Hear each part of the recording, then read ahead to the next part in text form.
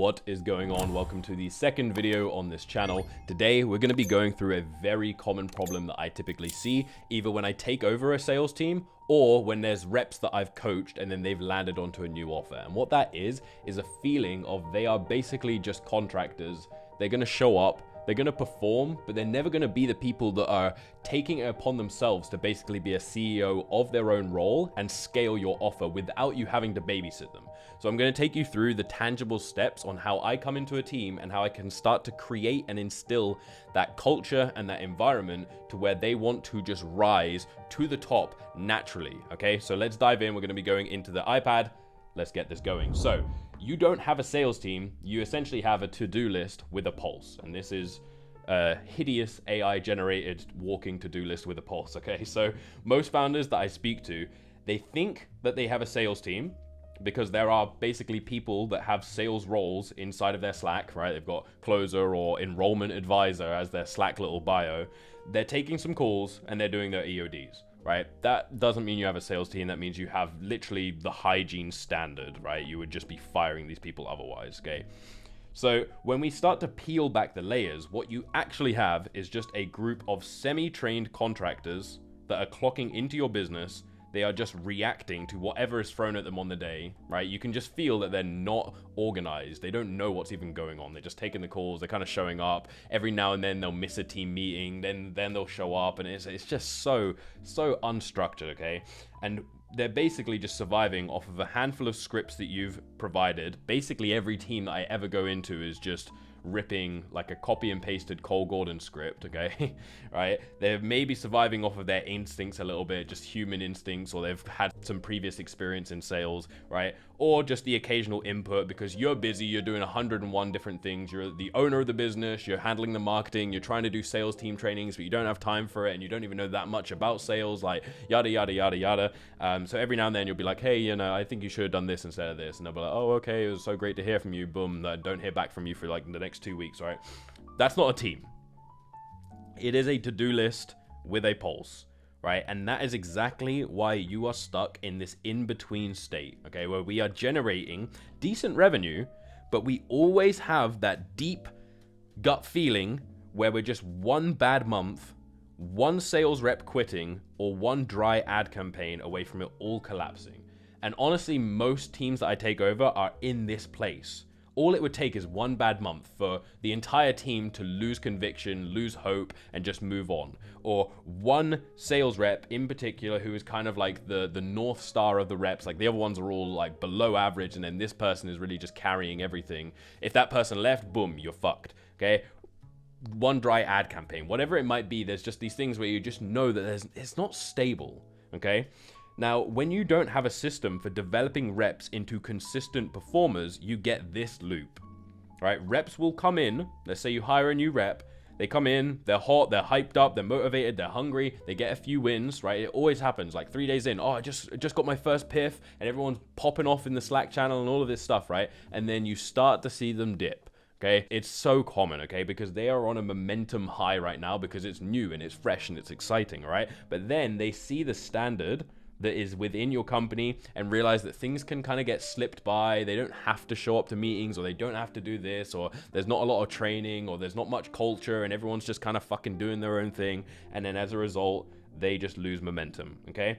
Reality will start to hit at that point. They get objections, they lose deals, their confidence starts to shake, right? And then you, a lot of the time, will jump back into course correct, right? You'll be like, oh, well, maybe it's the script, or maybe I need to rewrite that. Or a lot of the traps that I see business owners get into is taking calls again themselves, which is what we touched on the last video. And they're like, oh, let me go in and kind of prove it or save the month or whatever, right?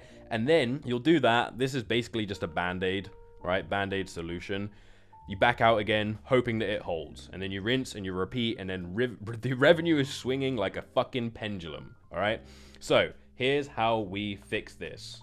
This is the how-to guide, right? Phase 1, team clarity and a sales system rebuild, okay? Before you can scale anything, you need true architecture, right? Every offer needs a core pitch rebuild. Now, I want to hammer in on this because we talked about it a little bit on the last video, right? Most teams are running a bloated, clunky pitch that is just reactive and also transactional, right? There's just like, hey, well, the program is this, right? what I most commonly see, this happens basically every time, the offer owner has just told them, yeah, you know, make your own pitch, you'll figure it out, take some call recordings, you could just kind of write up your own thing, right? And then you obviously, as a byproduct of that, get some ChatGPT breakdown of the deliverables that are in your offer. As a result, it's not really going to sell, right? It is just you reading off a little shopping list of what's included in your product, okay? So what we do is we rebuild the pitch around emotional logic, around identity triggers, around transformation psychology, okay? And this is very important. The way that I structure the pitch is not just about closing the current problem. It is about future pacing the next set of problems that they will face once the first one is solved, okay? If you just have a pitch that is basically creating, because this is a common misconception, okay? You may have been told this 100 times, right? Oh, don't sell the plane flight, sell the destination. Absolutely. But what I want to do is explain the necessity of the plane flight, what the destination looks like, and then what the next destinations are going to look like, because this destination ends up being a fucking war zone, okay? It's like, if you have this without the next sections, without the next phases, this is pointless anyway, okay? So this is something that is so commonly missed, because it will otherwise instill this feeling of like, maybe I could just do this myself. If your pitch is creating that type of thought in their head, they will never close, okay? So that is really the goal there, right? Once they have solved the first problem, there's going to be more that they'll face, right? And this does two things. It deepens the commitment because they see that you are not just solving their now, but you're leading their future. And it will naturally increase deal sizes, retention, all of this stuff, because your program feels like the only place that they will keep evolving, right? As human beings, we don't want to just achieve a goal. We want to achieve a goal and then achieve another goal and just continue on this upwards trajectory, okay? And we need to be able to clearly outline what that journey is going to look like for them, okay? And that is exactly how one pitch rewrite can literally unlock, no joke, 200 plus K a month in missed margin, because right now you are heavily relying on the emotions and the level of consistency from your reps to be able to sell this, okay? That's not something I want to rely on, okay? The way that I teach my sales reps is how to manage these things. However, I really want those things to be managed in the discovery, and I want them to almost be able to come into a place of familiarity, security, and just knowing that a pitch has been built out in a way that will always land with the type of prospect that we're selling to. If we can create that confidence in them, they then know as a rep, I have to go balls to the wall in the discovery, get as much commitment as possible. It's all scriptless. We're just having a true, raw, authentic conversation where we hold them accountable. But then I roll into my pitch and it's just smooth like butter. I've done this 100 times. It flows, it is beautifully written, and it takes them through this journey methodically, okay? So I am not kidding. The sale is made in the discovery, right? But just like if you had a great date with someone, you can absolutely screw it up when you take them back home, okay? And that is the way that I always refer to this, okay? You can have a great date, but if you screw it up when you get back to your house, they're never going to see you again anyway, okay? So phase 2, performance, systems, right? And emotional rewires. This is exactly where most sales teams flatline, okay? They have a script, they've got some funnel, they've got a CRM, right? Please not GHL, but that's a rant for a different video, but they are not growing, okay? Why is that?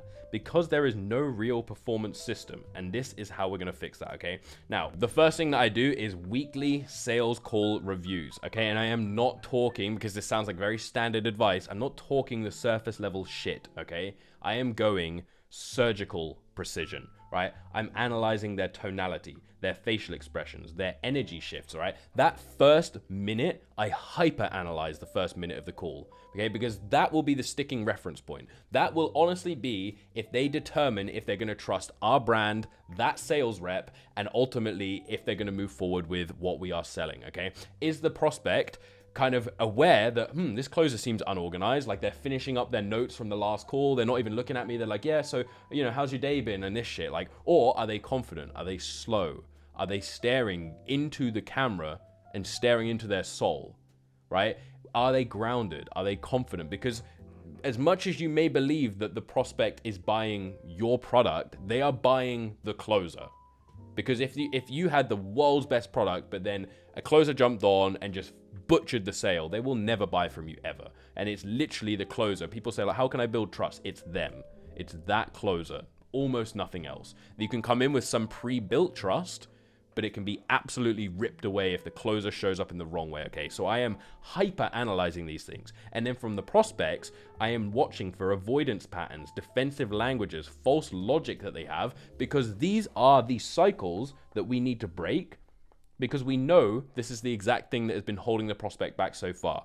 And our goal is to step up as a leader, okay? And if the closer can step up as a leader and hold this person to a higher standard, not only will they close way more fucking deals, but they will level up as a person. And this is the way that I angle my sales rep trainings, okay? You can grow as a human being internally, and as a byproduct, whilst going through that journey, make a fuck ton more money, okay? Lean into the uncomfortability. Are they giving you an objection? Good. Lean into it. Enjoy it, right? Genuinely look towards serving and helping that individual, okay? Because 99% of the time, and I will say this to a sales rep, whatever that prospect just said was absurd. 99% of the time. I'll say, like, I'll pause the call. Hey, when that prospect said this, what was going through your head at that time? Like, internally, what was in your gut? Oh yeah, well, I just thought it was bullshit. So tell them that. Obviously in a very curiosity, question-based way, but we want to ask questions to lead to the point where we can basically help that prospect realize that's a rationalization and it's bullshit, okay?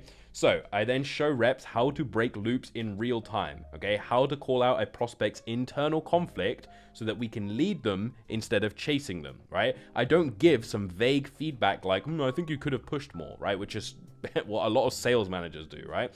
I restructure entire deal flows from the root belief level up, okay? And then next, layered on top of these, so these are core reviews that I do in Slack, okay? This is not like, oh, we just do it on a random team training and everyone's kind of shut off. This is like, hey, this is an expectation. Every week, I will do 2 or 3 of these very in-depth, hour-plus long core reviews. Underneath, I want you to give me every single little note and takeaway that you got from that. And this is the best way that I can gauge how serious is someone about their growth, okay?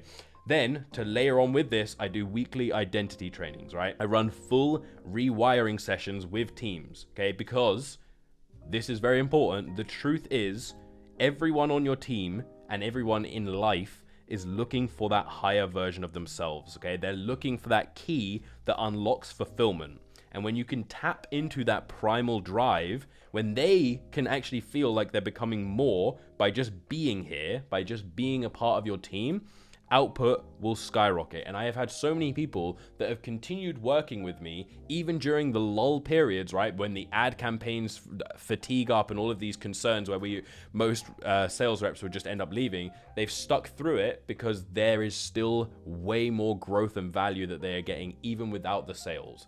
And that is something that's very uncommon when it comes to sales reps, okay? So output will just skyrocket. And this is why my teams don't just improve, they evolve. Okay, understand everyone is looking for this, right? It's why the things like detoxing is so popular and all of these little hacks, right? How you can optimize your sleep, or how you can do like these little, oh, take this pill and you're going to be limitless, right? And all this shit. We're all looking for that magic key or magic pill that will just help us transcend to the next level. There's not really a magic key to it, but you can facilitate an environment that will help them grow into that, okay? So the culture will shift. Your Slack will get a significant amount louder naturally, not like, hey guys, every morning I want you to post here, right? It's just happening, right? And then self-leadership appears. This is the biggest key, right? I told you before, I want everyone to be the CEO of their own role. Okay, I want them to be taking accountability, to be pushing the needle, to get creative themselves, okay? And right here, and I took a screenshot of it, as you can see, 2024, right? So it's not some fake bullshit that I just made up, right? When I was still working for Iman's team, I used to do these every Wednesday, right? Very deep internal trainings. And this is from someone on the team who honestly I did not really ever speak to too much, okay? He was kind of on the customer support side, right? I don't know how you do it. I haven't even told my closest friends that story. Felt so comfortable sharing with everyone, and it made me feel so good knowing I wasn't alone. Appreciate you and your trainings. Has helped me so much mentally in the last 5 months being at Educate. A lot more to learn from you. what do you think the likelihood is that the culture is pretty fucking amazing if I'm getting messages like that? Okay. And then what starts to happen is, as a team, everyone is driving to the same goal, right? Because right now, 90% of the time, I'll jump onto a team, the sales reps are probably underperforming and just kind of doing whatever, but they don't even have any form of communication or knowledge or understanding on what the rest of the team is doing. They don't speak to the customer support team. They don't speak to the coaches or whatever, any of the developers, none of that stuff, right? But if you can get everyone congruent and coming together, what starts to happen? Everyone is looking out for each other. So all of a sudden, the customer support rep is messaging, hey, I saw this person and they sent me an email, but like, I think you could maybe upsell them, right? And it's just this little dynamic where they wouldn't have given a fuck otherwise. And you just start to actually get a team that is all pushing towards something greater, okay? And that's how you make a lot more fucking money, okay? So phase 3 is then installing culture and accountability. Now understand that these first 2 phases are so important, because otherwise this, like I said, is just forced culture, right? So high performance is not just built into some scripts, it's baked into the culture, right? So here's what we implement. And I've maybe touched on some of these things before, but I really want to hammer them in here. All right, so we had a good morning, good evening, gratitude, check-ins, Slack channel, okay? Almost every team that I've ran, I've implemented this. I don't implement it immediately. I implement it a few weeks in when these other things that I've mentioned have really started to snowball, okay? So every single rep starts their day with intention. So basically, good morning, right? They come in, they say good morning as their day is starting, right? As they're starting to work. So it's a little bit of a accountability thing. Okay, cool. John has just clocked in, basically, right? But then they end it with reflection, right? And what I mean with reflection is, good evening. I appreciate XYZ on the team because of blah, blah, blah, blah, blah. So again, the team is bonding closer together. But this is one of those examples, like what I said, that's not going to happen if you're just telling people they need to do it. It will happen if everyone's starting to feel like they're all rowing on the same boat, okay? So you've got to be mindful of when you're implementing this. Are you just implementing it because you heard me say it on a video and you're like, well, that could maybe help? Or do you actually have a team that if you had a deep conversation with them, they'd actually be like, I don't really respect this team. So you implement something like this and it's not even going to do much whatsoever, okay? So this will just wire in presence, community, momentum, right? Everyone is pushing towards the same massive goal, right? And then we set our blood in the water, right? So this is on the sales team specifically. These are people that we know are closing, and we are so sure that we would literally chop off our arm because we're so confident they'll close. Okay, so we set up like, okay, boom, Mike, who are your blood in the water leads for this week, right? And again, I'm very conscious. I said leads just then, but when I'm actually running a team, I try not to say that.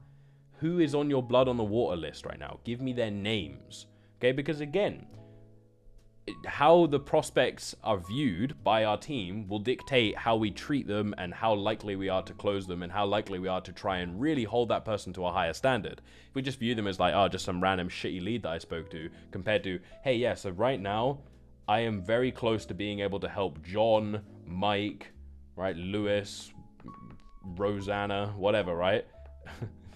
That's a terrible spelling of Rosanna, but it's becomes more real. It becomes more like we're actually helping people as opposed to like, okay, there's just some money on a calendar, okay? When I implement something new, as in like I've literally just done on one of the teams that I'm running, complete CRM switchover, it's not like, oh, hey guys, we just switched CRMs, and then obviously what is the natural deflection to that is like the sales team are like, oh great, some more new things for me to learn, or yada yada, more stuff to make it more complicated, all of that stuff. And especially if you've only just taken over the team like I have here, all they're thinking is, great, this guy's come in and he's changing everything, how annoying, right? I will just come in and I'll say, hey guys, we just activated Operation Make a Fuck Ton of Money. Let me run you guys through what that looks like. We've switched over to this CRM because it will allow you to do and I'm reeling off all of the things that it's going to benefit from them, okay? Everything in life is framing, okay? So like I'm very, very intentional with how I frame things and how we implement things, okay? So after we do all of these things, people will start to coach each other, all right? We want to have closers training SDRs, okay? Because this is what I was talking about, where it's like you don't babysit. So it might feel like initially and this is a lot of the time why people will bring me in to run their team. Initially, yes, there is a lot of work, right? We've got to take something where people just view it as like a pile of shit, like, oh, I don't really care about this team, into something where everyone's pushing towards a unified goal, right? And that takes work. But after you've gone through the labor of doing that, you can enjoy the fruits of your labor, right? You can then be like, cool, I've noticed that my closers are coming and training my SDRs because they want to have better sets, but they also want to help and they want to become more of a manager or a leader. So they're coaching to be able to do that. And then here I'm not, you know, blah, blah, blah, blah, blah. Like all of these things just start to happen, right? You're thinking, you see an email and you're like, oh, that sounds like an unhappy lead. And then you look, oh, they've already replied to them. Boom. Everything's just happening. You don't have to be that guy who's like, hey, can you do this? Can you do this? Oh, I noticed your tracker isn't filled in. Hey, can you do this? And you're the nagging person. They're already beating you to that. Okay, and they're pushing for excellence. And then you, as the founder, you can finally step back a little bit and just trust in the process and the team that you have, right? And it's not because you're giving up control, it's because you have built something that doesn't need babysitting. And that is the word that I always use because I don't want to be a babysitter, right? It's actually robbing them of the opportunity to grow. But we naturally have to babysit because we didn't set the right environment right from the get-go, okay? And this is what real scale looks like. Not just making more money, but making it without chaos, right? So you don't need another closer. Also, I've seen some crazy horror stories recently of people like hiring closers on Upwork and Facebook groups, and it's like, oh my goodness, okay? Right, but you don't need another script, right? You don't need to copy and paste another Cole Gordon line script or whatever, right? You need to rebuild the machine from identity into the infrastructure as well. And that is exactly what I do. Okay, so hopefully this makes sense. Hopefully this gave you a few kind of nuggets of things that you can look towards and focus on. Okay, what I didn't really say too much was like with these deep rewiring trainings, right? I really just want to unpack those a tiny bit more before we round out here. It's not necessarily sales specific. It can very much link into sales, but it's not specific like, okay, this is how you're going to do better on a sales call. It's how are you going to become a better person, okay? So you should be that person that is absorbing knowledge. And if you're a good leader, you should have already kind of walked the path and then you're bestowing that knowledge onto others, okay? So a lot of the time I'm going through deep kind of psychology books or, you know, just like consciousness books and all of these different metrics and stuff so that I can relay and pass that information on to my team, because this is where they're like, oh my God, wow, this just like clicked new things inside of my brain. That's when we can get these guys to start to operate from a different level. Okay, so hopefully you enjoyed the video. Like I said, hopefully there was a few nuggets that you were able to take away from this. If you are interested, if you're a business owner and you are interested in having me come in, take over your team, scale the living shit out of it, and basically take all of the headache out of your hands so you can just step back and let someone run it for you, there'll be a link in the description. You can hit me up on there and we can chat. Peace out.